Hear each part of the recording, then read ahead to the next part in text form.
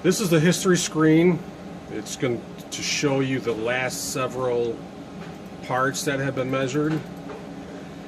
Here's a date, here's the time that it was measured, here's the readings. If it's green, it's in tile. If it's yellow, it's approaching reject. If it's red, it is a reject.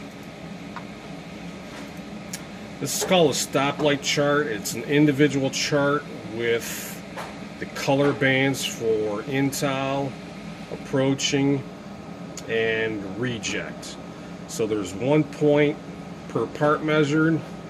This is the characteristic that is currently being shown. This would be the second characteristic, and that's the third characteristic. This is a histogram. This is your standard bell curve of the data. It's all of the parts measured for a particular characteristic together. Here's the boundaries for the spec limit. This is the average of the readings. And then here are the control limits.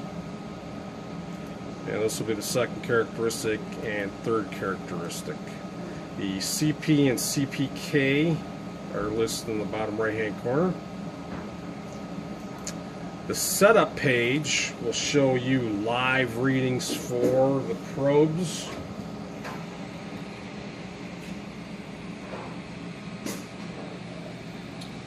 And this is just used for setup purposes and troubleshooting.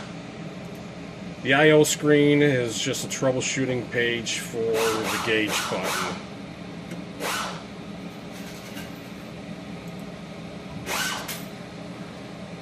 The study page is used for GR&Rs and machine runoff studies.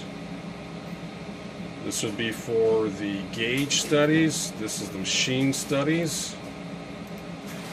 You have what's called a type 1 study, which would be measuring the master, say 50 times, and comparing the results.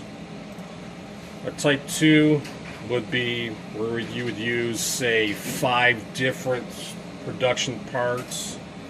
You would get, say, 3 operators, and each of the parts would be measured by each of the operators, and that gives you the repeatability of the gauge. And then machine runoff studies, there's several different types in here. This can give you a CP and CPK for the machine study. And this is the main page that we showed earlier where we measured the part for production.